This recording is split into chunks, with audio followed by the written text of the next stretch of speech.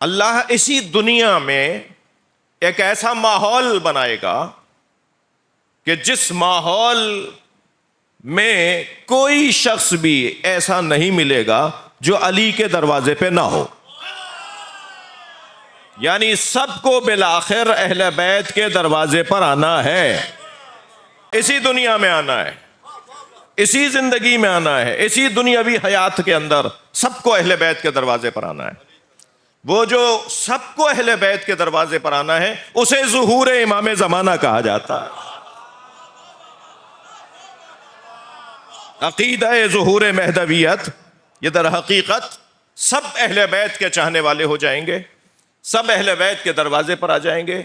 کوئی دنیا میں نہیں ملے گا جو اہل بیت کا چاہنے والا نہ ہو. آپ آج ہیں تو آپ داعی کہلائیں گے اہل بیت کی طرف. یہ جو آج اہل بیت کے دروازے پر بیٹھے ہیں یہ داعی ہیں, یہ مبلغ ہیں, یہ میزبان ہیں نئے آنے والوں کے لیے. امام بارگاہ بڑے بڑے بنے تھے, اب چھوٹے پڑ رہے ہیں. یہ امام بارگاہ چھوٹے نہیں پڑ رہے, علی والوں میں اضافہ ہو رہا ہے. ہر سال ایک تعداد بڑھتی چلی جا رہی ہے, مسلسل اہل بیت کے چاہنے والوں میں اضافہ ہو رہا ہے. یہ در حقیقت وہی بشارت ہے جو اللہ نے دی ہے. سَيُجْزَوْنَ مَا كَانُوا يَعْمَلُونَ. صلوات پڑھے محمد و آل محمد.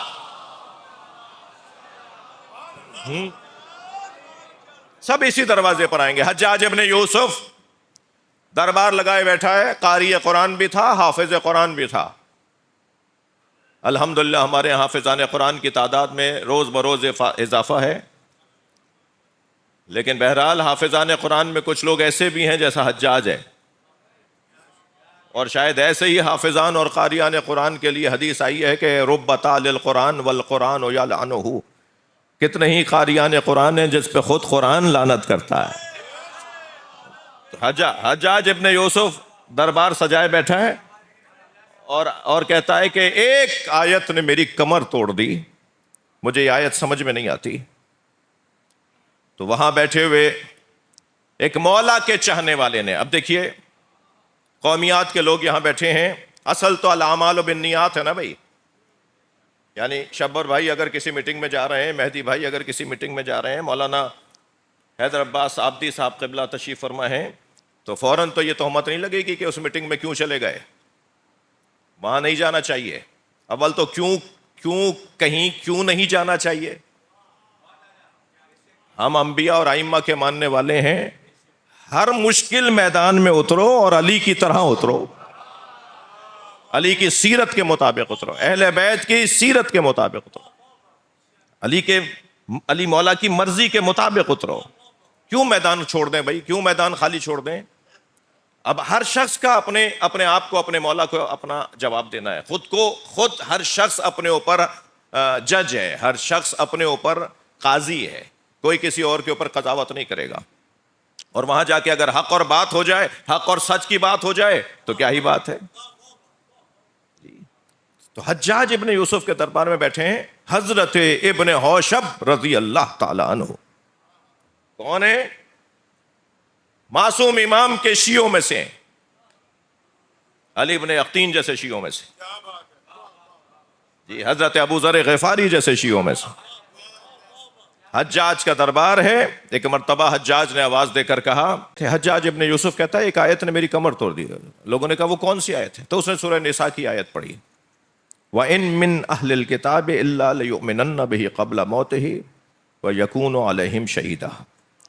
کوئی اہل کتاب ایمان لائے بغیر دنیا سے نہیں جائے گا اور اس کے مومن ہونے پر گواہی دی جائے گی. یوم القیامہ, قیامت کے دن اس کے مومن ہونے پر گواہی دی جائے گی. کہنے لگا یہ آیت مجھے تھکا رہی ہے. اس کا جملہ, یہ آیت مجھے تھکا رہی ہے. روزانہ میں یہودیوں اور عیسائیوں کو مرتے ہوئے دیکھ رہا ہوں مگر یہ مومن ہوئے بغیر مر رہے ہیں. یعنی یہودی مر رہا ہے, عیسائی مر رہا ہے, یہ مومن ہوئے بغیر مر رہا ہے. اور قرآن یہ کہہ رہا ہے کہ کوئی اہل کتاب نہیں ہے مگر یہ کہ وہ مومن ہوئے بغیر نہیں مرے گا, مومن ہو کر مرے گا. تو اب میں نے یہ طے کر لیا ہے کہ میں اپنے ہاتھ سے ان کی گردنیں کاٹ دیتا ہوں میں خود ہی انہیں مار دیتا ہوں اس لیے کہ یہ تو مومن ہو نہیں رہے. تو حضرت ابن حوشب رضوان اللہ تعالی علیہ کی آواز آئی, امیر جان کی امان ہو تو کچھ کہوں. میرے عزیزوں, میرے بچوں, جوانوں, ملت کے خدمت گزاروں پہ جلدی تہمت لگانے والوں, ائمہ اہل بیت کی سیرت کو پڑھو تاکہ تم ان ملت کی خدمت کرنے والوں کو کسی کا اعلی کار نہیں, خدمت گزار مانو. اب ابن حوشب جیسا مولا کا صحابی حجاج کے دربار میں بیٹھا ہے. آج کا 2 گز کا لڑکا ہوتا تو کہتا کہ یہ بھی جا کر باغی ہو گیا, یہ بھی ایجنسیوں کے حوالے ہو گیا. ابن حوشب کی آواز آئی, امیر اگر جان کی امان ہو تو کچھ کہوں. ابن حوشب کے اس جملے پر حجاج ابن یوسف نے کہا, کہو کیا کہنا چاہتے ہو. کہا یہ تو آخری زمانے کی آیت ہے, یہ نازل ہی آخری زمانے کے لیے ہوئی ہے کہ جب حضرت مہدی ظہور فرمائیں گے اور ان کے پیچھے حضرت عیسیٰ نماز پڑھیں گے تو دنیا میں نہ کوئی یہودی رہے گا نہ عیسائی, سارے مومن ہو جائیں گے. تو کہنے لگا یہ بات کہاں سے لائے ہو, بات تو یہی ہے جو ہے, اس کے علاوہ اس آیت کا کوئی حل ہی نہیں ہے, تفسیر ہی نہیں ہے, یہ بات کہاں سے لائے ہو. تو پھر کہا پھر مجھے جان کی امان چاہیے. تو اس نے کہا میں نے جان کی امان دی. کہنے لگے محمد باقر نے بتایا. صلوات پڑھ لیں محمد و آل محمد پر.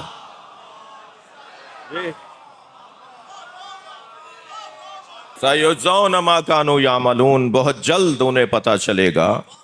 لہذا میں نے ایک جملہ عرض کیا کہ آج نہیں کل سب اسی دروازے پر آئیں گے. یہ جو ذکر ہے نا, اس سے زیادہ سالم, صحیح, اعلیٰ, پر ذائقہ ذکر نہیں ہے کوئی. یہ آب گوارا ہے, یہ میٹھا پانی ہے. یہ ائمہ اہل بیت نے اپنے ذکر کو آب گوارا سے, میٹھے پانی سے تعبیر کیا. کبھی میٹھے پانی کو چھوڑ کر کوئی کھارے پانی کی طرف جاتا ہے اگر کوئی؟ تو اب یہ قرآن مجید کی آیات سے ہمیں استفادہ ہے. ارشاد ہو رہا ہے وَلِلَّهِ أَسْمَاءُ الْحُسْنَى, اللہ ہی کے لیے بہترین نام ہے. اب وہ بہترین نام کون ہے؟ اصول کافی کی روایت, بہار کی روایت, ایک مرتبہ معصوم امام جعفر صادق علیہ السلام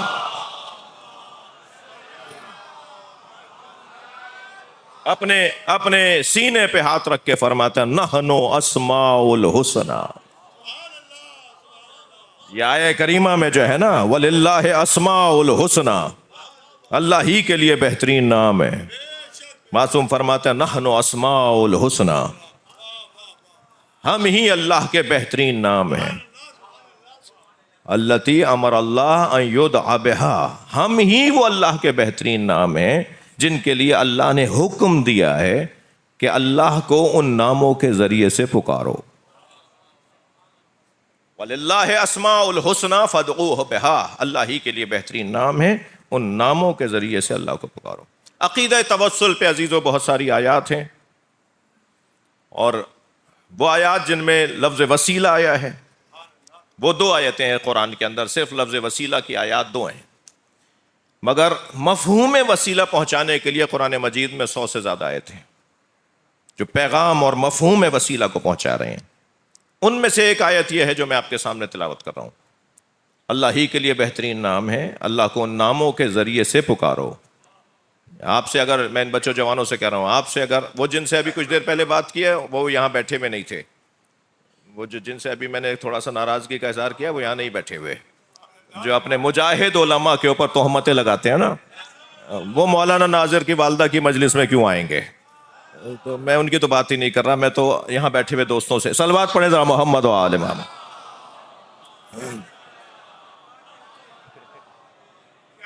ابھی آپ نے پچھلے دنوں دیکھا نا جو کچھ ہوا اس کراچی شہر کے اندر, اور بہرحال ایک اور صلوات نبی کی ذات میں.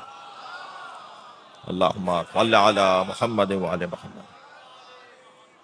تو یہ جو اللہ ہی کے لیے بہترین نام ہے. آپ سے اگر کوئی کہنا، اور کہتے ہیں روزانہ کا مسئلہ ہے کہ ہمیں اللہ سے ڈائریکٹ مانگنا چاہیے، ہمیں ضرورت ہی نہیں ہے وسیلے کی.